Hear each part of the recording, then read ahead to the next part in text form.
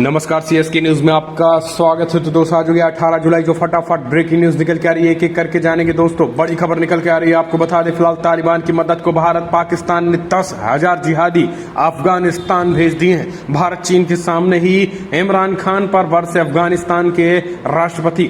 दूसरी बड़ी अपडेट बताएंगे तो दोस्तों सामरिक दृष्टि से महत्वपूर्ण भारतीय वायुसेना और मजबूत हुई। चिनूक हेलीकॉप्टर को उतार दिया है चीन से सटे इलाके में एयरबेस पे। जी हां, पहली बार ये कारनामा किया है वायुसेना ने, यानी चीन से सटे इलाके में अभी तक चिनूक नहीं उड़ा था। जानेंगे उत्तराखंड का ये कौन सा हवाई अड्डा है जहां पर इतिहास में पहली बार चिंचाली शॉर्ड हवाई अड्डे पर ये खतरनाक चिनूक हेलीकॉप्टर उतारा गया। और इस बीच तीसरी बड़ी अपडेट बताएंगे तो दोस्तों पाकिस्तान की तालिबानी करतूत, अफगानी राजदूत की बेटी को किया अगवा, घंटों की बर्बरता। जी हां, ये आप समझिए पाकिस्तान के दोगले रवैये को। इस बीच अपने मरे तो लाल हुआ चाइना, पाकिस्तान पर कहा मिसाइल अटैक कर देंगे। जी हां, बड़ी खबर निकल के आ रही है, कहा तत्काल आतंकियों को गिरफ्तार करो वरना हमारी सेनाएं जा रही हैं पाकिस्तान। सब कुछ खबरें जानेंगे। दक्षिण अफ्रीका में हिंसा हो रही है, भारतीयों की मौत हो रही है, राष्ट्रपति ने की बड़ी बात। जी हां, ये भी आपको बताएंगे। राष्ट्रपति रामाफोसा का बड़ा बयान निकल गया है, तभी एक एक करके आपको विस्तार से बताएंगे। लेकिन उससे पहले एक छोटा सा निवेदन, अगर आपने चैनल को सब्सक्राइब नहीं किया तो चैनल को सब्सक्राइब करो। और अगर आप भी मानते कि प्रधानमंत्री मोदी के नेतृत्व में देश कोविड-19 से लड़ेगा और देश की विदेश नीति चीन को भी मुंहतोड़ और करारा जवाब मिलेगा, तो इस वीडियो को लाइक करके अपना समर्थन दर्ज करें। दरअसल पहली बड़ी अपडेट निकल के आ रही है तो दोस्तों आपको बता दें फिलहाल भारत चीन सीमा विवाद के बीच चिन्या सिल्लो साउंड हवाई अड्डे पर पहली बार वायुसेना ने उतारा चिनूक हेलीकॉप्टर। चीन को लगा तगड़ा झटका, भारतीय वायुसेनाएं चीन से सटे इलाकों में हुई और मजबूत। जी हां, दरअसल सामरिक दृष्टि से महत्वपूर्ण उत्तराखंड में चिन्याली सौड़ हवाई अड्डे पर गुरुवार को पहली बार वायुसेना के चिनूक हेलीकॉप्टर उतार दिया गया है। दरअसल आपको बता दें चंडीगढ़ एयरबेस पे पहुंचा हेलीकॉप्टर। यहाँ पर एटीएफ भरकर जिले की भारत सीमा चीन स्थित अग्रिम चौकियों का जायजा लेने के लिए रवाना हो गया था।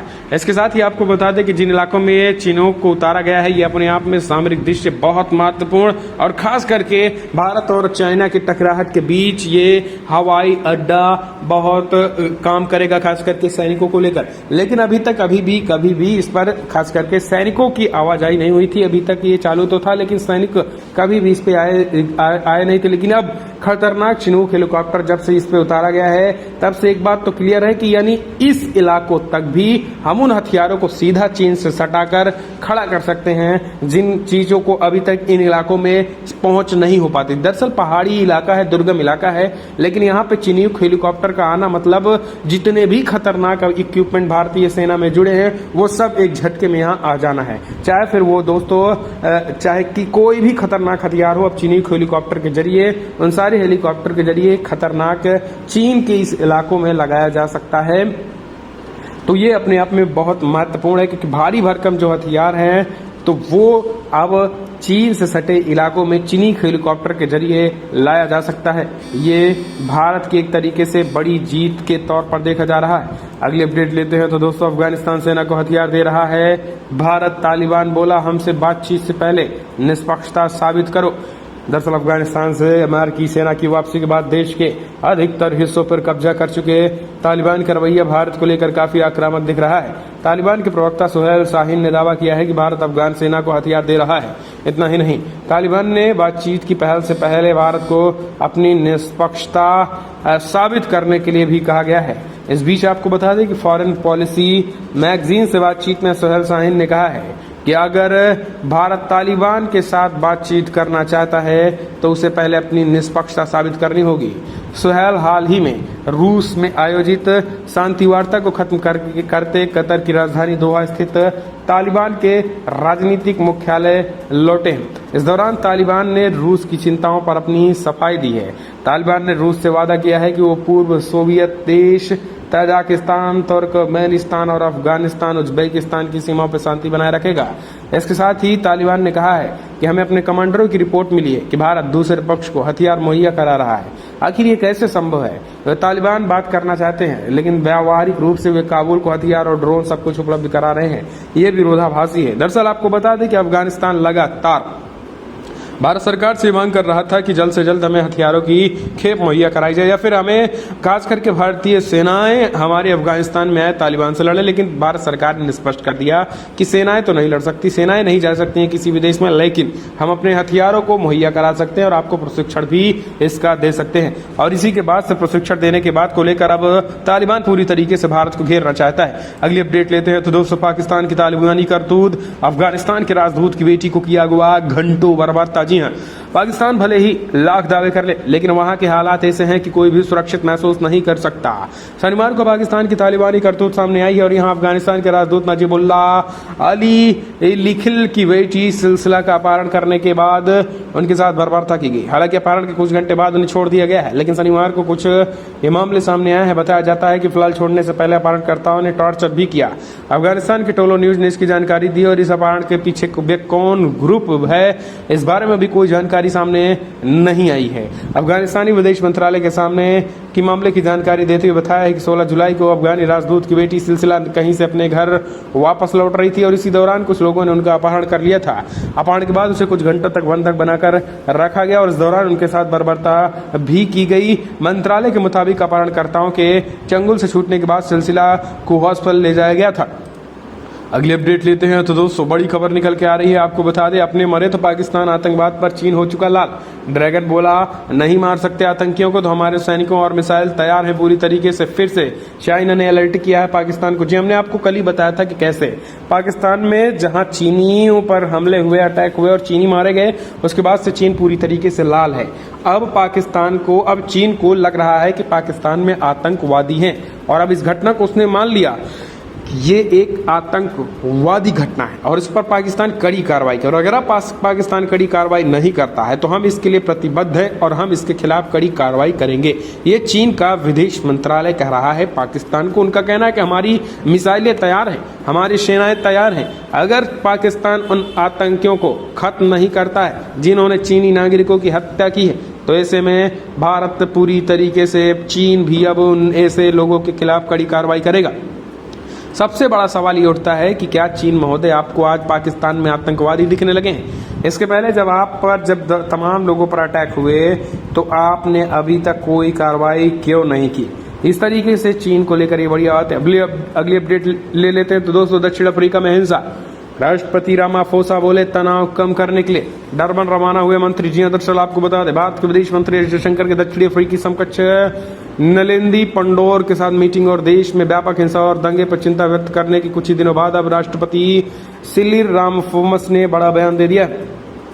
शुक्रवार को उन्होंने कहा है कि फिलहाल भारतीय और श्वेत समुदाय के बीच बढ़ते तनाव को देखते हुए मामले की जांच और हालात काबू लाने के लिए पुलिस मंत्री और क्वाजूलू नताल प्रांत के प्रधानमंत्री को नेटल प्रांत के डरबन शहर भेजा गया है। सिरिल रामाफोसा ने उपद्रवियों को चेताते हुए कहा है कि अराजकता और लूटपाट की इजाजत किसी को नहीं मिलेगी। आपको बता दें कि दक्षिण अफ्रीका के भारतीय टाउनशिप फिनिक्स को आसपास के क्षेत्रों में एक इंटरनेट पोस्ट को लेकर लोगों ने नाराजगी जताई और इस पोस्ट के बाद भारतीय और अश्वेत अफ्रीकी समुदाय के बीच हिंसक झड़प शुरू हो गई थी, जिसमें भारत के विदेश मंत्रालय एस जयशंकर ने भी दक्षिणी अफ्रीकी के सामने अपनी चिंता को व्यक्त की थी। चलते हैं अगले अपडेट तो दोस्तों, सीमा पर तनातनी के बीच भारत ने चीन में जमकर आयात किए इलेक्ट्रॉनिक्स और कंप्यूटर हार्डवेयर आइटम। जी हाँ, दरअसल मोदी सरकार के आत्मनिर्भर भारत पर जोर और सीमा पर चीन के साथ तानातनी के बाद, चीनी सामान के बहिष्कार के बाद भी चीन से आयात पर भारत की निर्भरता बढ़ी है। तमाम विवादों के बाद भी चीन भारत का सबसे बड़ा व्यापारिक साझेदार बना हुआ है। इस वर्ष अप्रैल में चीन से $65 लाख का सामान आयात हुआ है, जो पिछले साल अप्रैल के मुकाबले दोगुने से भी ज्यादा था। हालांकि आयात में 114% इजाफे की एक वजह पिछले साल लॉकडाउन के बीच बहुत कम आयात को भी माना जा सकता है, मगर इस वर्ष इलेक्ट्रॉनिक पुर्जे, कंप्यूटर हार्डवेयर और दूरसंचार के उपकरणों के आयात में तेजी देखी गई है। 2021 में चीनी आयात की हिस्सेदारी 40-45% रही, जो वर्ष 2020 में 37% और 2019 में 36% रही है। अगली अपडेट लेते हैं तो दोस्तों, और मजबूत हुई नौसेना। यूएस ने भारत को सौंपे MH-60R चॉपर। जी हां, बड़ी खबर। दरअसल भारत अमेरिका रक्षा साझेदारी को मजबूत करने का एक और संकेत देते हुए अमेरिकी नौसेना पहले 2 MH-16 और मल्टी रोड हेलीकॉप्टर भारतीय नौसेना को सौंपे गए हैं। भारतीय नौसेना अमेरिकी सरकार से विदेशी सैन्य बिक्री के तहत लॉकहीड मार्टिन द्वारा निर्मित 24 हेलीकॉप्टर खरीद रही है, जिसकी अनुमानित कीमत लगभग $2.5 अरब है। सैन्य डियोगो के सैन्य नौसैनिक हवाई स्टेशन नॉर्थ आइलैंड या फिर NS नॉर्थ आइलैंड में शुक्रवार हुए समारोह में अमेरिकी नौसेना में भारतीय नौसेना को औपचारिक तौर पर हेलीकॉप्टर सौंप दिए हैं। अमेरिका में भारत के राजदूत तरणजीत सिंह संधू इस मामले में शामिल हैं।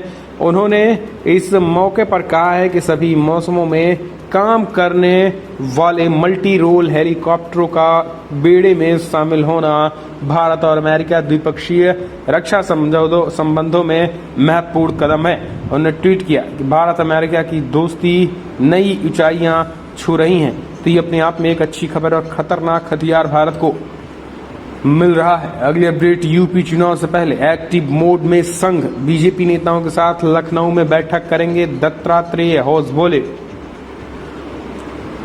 यूपी में अगले साल विधानसभा के चुनाव होने हैं। विधानसभा चुनाव से पहले पंचायत चुनाव में पार्टी के प्रदर्शन को देखते हुए भारतीय जनता पार्टी बीजेपी का शीर्ष नेतृत्व सक्रिय है।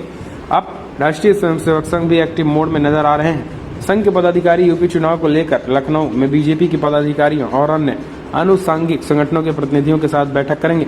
लखनऊ में होने वाली इस बैठक में अगले चुनाव को लेकर बीजेपी और संघ के बीच समन्वय से जुड़े मुद्दों पर चर्चा होने की उम्मीद जताई जा रही है। जानकारी के मुताबिक इस बैठक में संघ के सरकार्यवाह दत्तात्रेय होस बोले भी शामिल होंगे। दत्तात्रेय होस बोले के साथ ही ज्वाइंट सेक्रेटरी अरुण कुमार भी बैठक में शामिल होंगे। बैठक में यूपी बीजेपी और अन्य आनुषंगिक संगठनों के शीर्ष नेता भी शामिल रहेंगे। सूत्रों के मुताबिक यूपी के विधानसभा चुनाव से पहले सामंजस्य को लेकर बैठक में यूपी के मुख्यमंत्री योगी आदित्यनाथ और यूपी सरकार के डिप्टी CM भी शामिल हो सकते हैं। संघ और बीजेपी के साथ ही अन्य आनुषंगिक संगठनों के बीच चुनाव से पहले समन्वय को लेकर होने जा रही ये बैठक काफी महत्वपूर्ण मानी जा रही है। ये बैठक महत्वपूर्ण इसलिए भी मानी जा रही है क्योंकि हाल ही में बीजेपी की प्रदेश कार्य समिति की बैठक हुई थी, जिनमें विधानसभा चुनाव को लेकर रणनीति का खाका तैयार किया गया था और ऐसे में संभावना जताई जा रही है कि यूपी बीजेपी के शीर्ष नेता इसे लेकर भी संघ और अन्य आनुषंगिक संगठनों के नेताओं के साथ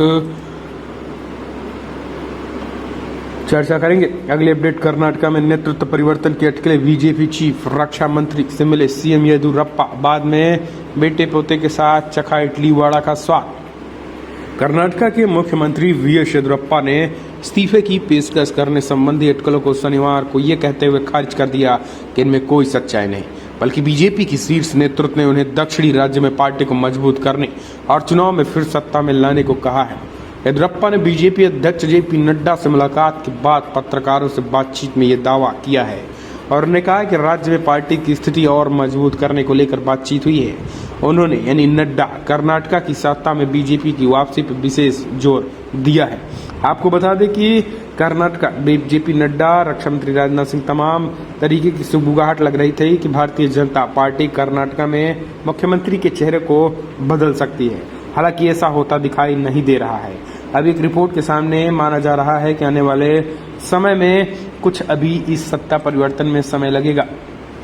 अगली अपडेट लेते हैं। तो दोस्तों, बड़ी खबर, यूपी में प्रियंका से मिलने पहुंचे राजस्थान के बेरोजगार, तो कांग्रेसी कार्यकर्ताओं ने की धक्का मुक्की, लोग बोले शर्म करो। दरअसल प्रियंका गांधी इन दिनों योगी आदित्यनाथ सरकार को उखाड़ फेंकने के लिए आ चुकी हैं। उनका कहना है हम योगी आदित्यनाथ सरकार को उखाड़ फेंकेंगे और इसी को देखते हुए राजस्थान के बड़े पैमाने पर बेरोजगार प्रियंका गांधी के सामने अपने बेरोजगारी की समस्या को उठाने आए थे। लेकिन यहाँ पर कांग्रेस पार्टी के कार्यकर्ताओं ने उनके साथ न केवल धक्का मुक्की की बल्कि उनको हाथापाई भी की है।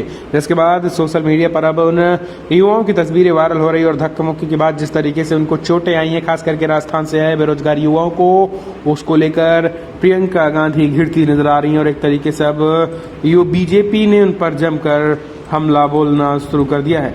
अगली अपडेट लेते हैं। तो दोस्तों, बड़ी खबर, संगठन में बदलाव, पद्मश्री डॉक्टर RN सिंह बने VHP के नए अध्यक्ष, धर्मांतरण रोकने के लिए शुरू होंगे नए तरीके से काम। विश्व हिंदू परिषद के केंद्रीय प्रबंधन समिति और प्रांतीय मंडल की बैठक में विश्व हिंदू परिषद ने अपने संगठन में बदलाव किया है। केंद्रीय उपाध्यक्ष डॉक्टर आर्यन सिंह, डॉक्टर रविंद्र नारायण सिंह को शनिवार को केंद्रीय अध्यक्ष बनाया गया है। सर्जन के रूप में पहचान बनाने वाले डॉक्टर सिंह पद्मश्री पुरस्कार से सम्मानित है। अध्यक्ष बनने के बाद डॉक्टर सिंह ने कहा है कि अयोध्या में जन जन के सहयोग से राम मंदिर का निर्माण हो रहा है। मंदिर का निर्माण सभी की भागीदारी से किया जाएगा और इसके अलावा विश्व हिंदू परिषद को और भी सशक्त व मजबूत बनाया जाएगा। विश्व हिंदू परिषद के नए अध्यक्ष के सहरसा के रहने वाले हैं और उनके पिता जिला एवं सत्र न्यायाधीश स्वर्गीय राधा वल्लभ सिंह थे और डॉक्टर आर्यन सिंह प्रसिद्ध अस्थि शल्य चिकित्सक भी हैं। तो ये बड़ी खबर निकल के आ रही है। तो दोस्तों, बड़ी खबर में इतना ही, लेकिन अगर आपको वीडियो पसंद आए तो लाइक करें, शेयर करें, कमेंट के माध्यम से आप अपनी राय देना ना भूलें।